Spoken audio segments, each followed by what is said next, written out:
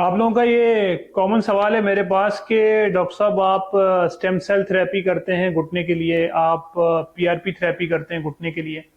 तो आप इससे पहले फिजियोथेरेपी के 1 महीने तक फिजियोथेरेपी क्यों नहीं करवाते? ये बड़ा कॉमनली मुझसे पूछा गया। तो मैं अक्सर ऐसा इसका आंसर इस तरह करता हूँ कि फिजियोथेरेपी बहुत अच्छी चीज़ है और फिजियोथेरेपी करने से आपके मसल स्ट्रांग होंगे और आपकी मसल्स की ग्रोथ होती है और आधा लोड घुटने का जो होता है वो फिजियोथेरेपी की वजह से मसल्स बेयर करते हैं और आपको हर ट्रीटमेंट में 50% ज़्यादा इंप्रूवमेंट होगी as compared to without physiotherapy. अब मसला ये आता है कि मेरे पास जितने पेशेंट होते हैं अनफॉर्चुनेटली वो स्टेज 4 आर्थराइटिस के होते हैं। उनके लिए मेरी एडवाइस होती है कि कम से कम मोबिलिटी करें, चलें फिरें कम, सीढ़ियां कम चढ़े उतरें और जो है अपनी मोबिलिटी ज़रा कम रखें।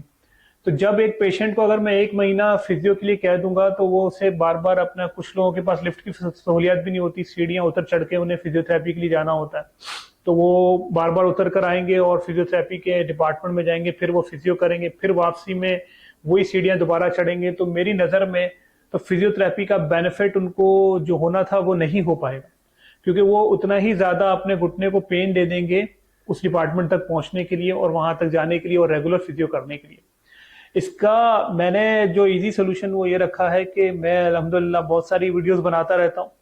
उसमें घुटने की फिजियोथेरेपी हो, चाहे कमर की हो, चाहे वो एल्बो की हो, चाहे शोल्डर जॉइंट की हो, मैं खुद से बेसिक फिजियोथेरेपी की जो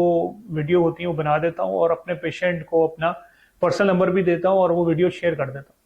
तो मेरी एडवाइस होती है उस पेशेंट के लिए कि वो घर पे उसी फिजियोथेरेपी को अपने घर पे ही, जो मैंने बताई गई है फिजियो, उसको घर पे अपने इस्तेमाल करे, फिजियो को ज़्यादा से ज़्यादा करे, मैक्सिमम करे, तो ऑटोमेटिकली उसका ये मसला भी हल हो जाएगा कि फिजियोथेरेपी स्टेम सेल से पहले, पीआरपी से पहले क्यों नहीं करते। या अगर वो अफोर्ड कर सके तो मशवरा ये होता है कि फिजियोथेरेपिस्ट को अपने घर पे बुला ले ताकि वो उसको असिस्ट कर सके, उसकी फिजियोथेरेपी कर सके। मैं इस बात से डिनाइल बिल्कुल नहीं हूँ कि फिजियोथेरेपी का रोल नहीं है, बिल्कुल फिजियोथेरेपी का रोल है। जब आप फिजियोथेरेपी करेंगे आपके जो मसल्स हैं, ये जो पटेला के ऊपर क्वाड्रिसेप मसल है, पटेलर टेंडन है, हैमस्ट्रिंग है, ये मसल जब स्ट्रांग हो जाएंगे तो ऑटोमेटिकली घुटने का जो लोड है ये मसल्स उठा लेंगे। जब ये घुटने का लोड उठा लेंगे तो घुटने पे कम से कम लोड पड़ेगा और चिकनी हड्डी कम से कम दबाव में आएगी और कम से कम दुखेगी। इसी तरह जब ये मसल्स की फिजियो अच्छी हो जाएगी तो क्या होगा, यहाँ पे खून का बहाव बढ़ेगा। जब खून का बहाव बढ़ेगा तो हमारा स्टेम सेल हो, चाहे पीआरपी थेरेपी हो, चाहे कोई भी थेरेपी हो, उससे आपको बेनिफिट भी डबल होगा। तो फिजियोथेरेपी का एक अच्छा रोल है, हमेशा मैं इनकरेज करता हूँ, लेकिन अपने सर्कमस्टेंसेस के मुताबिक।